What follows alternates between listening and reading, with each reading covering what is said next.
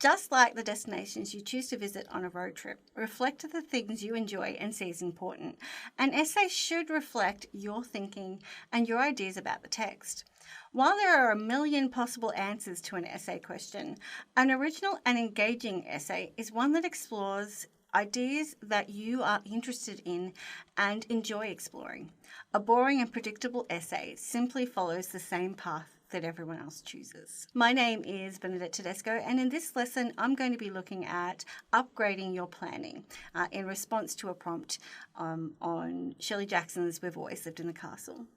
In this lesson I'll be showing you how to upgrade your engagement with the topic, upgrading your contention, upgrading the sequence of your arguments, which actually helps your essay flow really nicely, and then we'll be looking at that upgraded plan.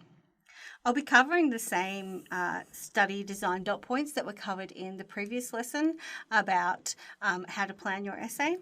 And so if you want to have a little bit of a look at that, you're welcome to go back to the previous lesson and then join me again. When you're planning, it's really important to engage genuinely with the topic. If you are bored, the reader will be bored. I know that essays are a course requirement, but that doesn't mean they have to be boring. Being excited by a topic suggests a genuine interest, a creative mindset, and can lead to an innovative approach that enhances the quality of the engagement with the subject.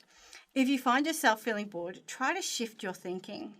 While you may be writing an essay because it's a course requirement, being bored is you basically saying that a topic or a text isn't worthy of your attention, which is pretty pretentious and unimaginative if you think about it. It also means you're probably going to approach the topic in a really substandard way. At this level of education, the essay prompts that are provided to you for you to choose from have been designed to allow you to think deeply and engage with what's at the core of the text, like what makes this text an important text to study. The topics are designed to make you curious and to challenge you, to make you think about your own core values and how you see them reflected in the text that you're reading. Remember, essay prompts are designed for deep thinking and engagement with the core messages in the text. Ask yourself, why is this topic worthy of discussion? Why is this topic an important thing to think about when looking at this text? Topics are crafted to spark your curiosity and to challenge your perspectives. And they're also designed to encourage reflection on human experiences in general. So the experiences that the characters are going through in the text are probably going to be universal experiences that have happened throughout time. So in reflecting on those experiences, you're also reflecting on how you might act or what you might value in life. Instead of just writing about the first generic idea that pops into your head, ask yourself, what do I genuinely think about this topic and why do I think this? Not just what does the assessor want me to write, but genuinely engage with it. And in that way, automatically, you're going to have a more interesting essay to read. The next thing you need to do is to upgrade your contention. Upgrading your contention involves focused and specific language rather than a generalized idea. A compelling contention should be clear, concise, connect with your ideas and points, address all aspects of the topic, be comprehensive, which I know can be hard to do if you're also trying to be concise, and potentially consider exceptions. An upgraded contention should also dig deeper and demonstrate that independent thinking. You want to create that internal dialogue with your own thoughts and the engagement with that prompt. And it needs to be something that is strong and that you can actually prove and argue to support yourself. What I want you to do is I want you to identify the elements that make a contention compelling. Read the example of a basic contention and see if it includes any of the elements that I've just mentioned that enhance the quality of a contention. For each one of these things, I want you to look at the table and write down yes or no for each dot point provided. The table will look something like this.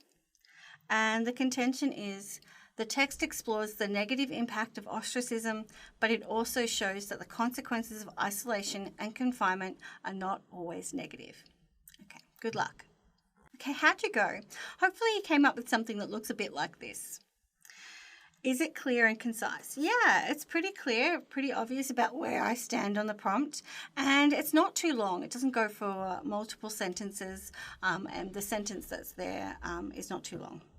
It does connect to the key ideas, so the consequences of isolation and confinement, and it addresses all aspects of that topic.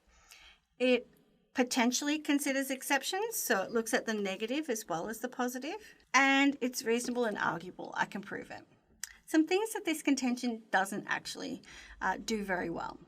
It doesn't use several strong words and specific vocabulary. It's using a lot of the words that come from the original prompt, with the exclusion of the word ostracism. That's a really good strong word. But apart from that, the rest is just directly from the prompt itself. It also doesn't really dig too deep and demonstrate that independent thinking. It's sort of looking at agreeing with the prompt and then just saying, here's some positive examples and here are some negative examples. And it doesn't really create that internal dialogue with my own thoughts. To move beyond the basics of this contention, we need to think about all we've learnt to keep that in mind. We're going to upgrade this basic contention, remembering what is lacking from that contention.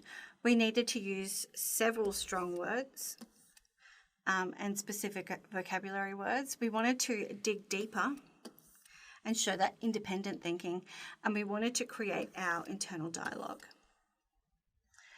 So these are the things I'm going to show you how to do. Looking at our basic contention here, we have vocabulary opportunities that we can enhance. We also have an opportunity here to dig a little deeper. When we're talking about what are the negative impacts, we can dig a bit deeper there. And this is also an opportunity here for us to create that internal dialogue. So the word grapples with instead of explores is an example of stronger vocabulary. And grapples with shows that the text is actually a quite dense and confronting text to get through. There are a lot of confronting things that happen in the text. So it's not just nicely exploring the idea, it's actually grappling with it. The word challenges here also is more specific than shows because it's something that confronts the audience. It challenges them to think in a different way. So in this way, we have upgraded the vocabulary that we've included. When digging deeper into what I mean by the negative impact of ostracism, I'm talking about the destructive psychological impact. So the negative psychological impact, both within one's home and one's community. So I'm talking about the negative impact psychologically on not just one character, but also the whole community. So I've expanded beyond just it being a negative impact. However, it also challenges conventional notions that the consequences of isolation and confinement are solely negative. So this is me showing that internal dialogue that I think that most people would say being confined is a negative thing, but my internal thoughts are that it doesn't necessarily have to be a negative thing. And that's what I've got from the text. And so that's me showing that internal thought, that internal dialogue with myself. That, yeah, it's negative, but it doesn't have to be. And reading the text on a surface might make you think that because they're isolated and confined that it's a bad thing for the sisters. But my reading, my own personal reading of the text is that they were possibly happy to be by themselves at the end. The next thing I want you to do to upgrade the quality of your plan is to upgrade the sequence of your arguments. This helps you enhance the flow. So fluency is one of the criteria, and thinking about the order of your arguments can help you when you're moving from one paragraph to the next. It's important to think about how your ideas connect and relate to each other. Consider how your essay will flow smoothly from one idea to the next, ensuring that your ideas are built upon each other and don't contradict your overall contention. So they need to be built upon each other and they don't contradict. You could sequence your ideas based on a number of things. You might think about the order of importance. What's my most important idea? I'm going to put that first or last. You might even think about trying to avoid repeating examples. So there might be an example that you want to use in both. You might put it in one, in the first one, and then make sure that the very next paragraph briefly refers back to the previous paragraph. So you don't have to repeat it. You can just say, refer to or build on what's already been said. What I'd like you to do now is have a go at this activity based on the same topic that we've been exploring and the same contention. I want you to think about what order you would put our 3 ideas in. To the right up here are the 3 ideas that support our upgraded contention. Think about the importance of each of these ideas, how they might flow from one to the next, and the one you want to leave your audience with at the end of the essay. Place the ideas in the table here and think about what your preferred order would be. Okay, how'd you go? Hopefully you came up with something that looked a little bit like this.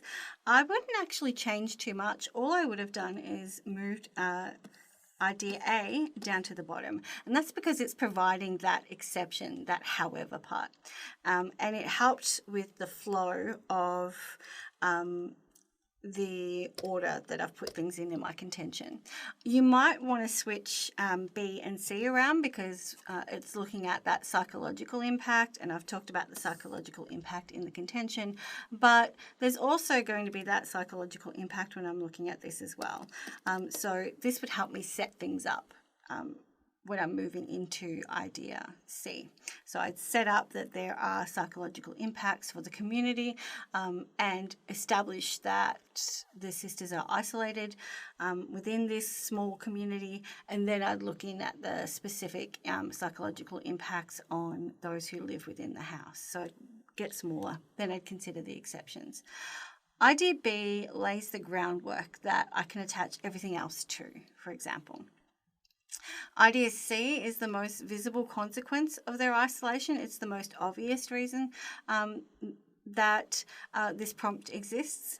And idea A presents that contrasting perspective with B and C, and it's more nuanced when it's looking at the consequences. It also drives home that idea in my contention that makes it follow my internal dialogue. So I want to put that one last. Okay, so here is our upgraded essay plan.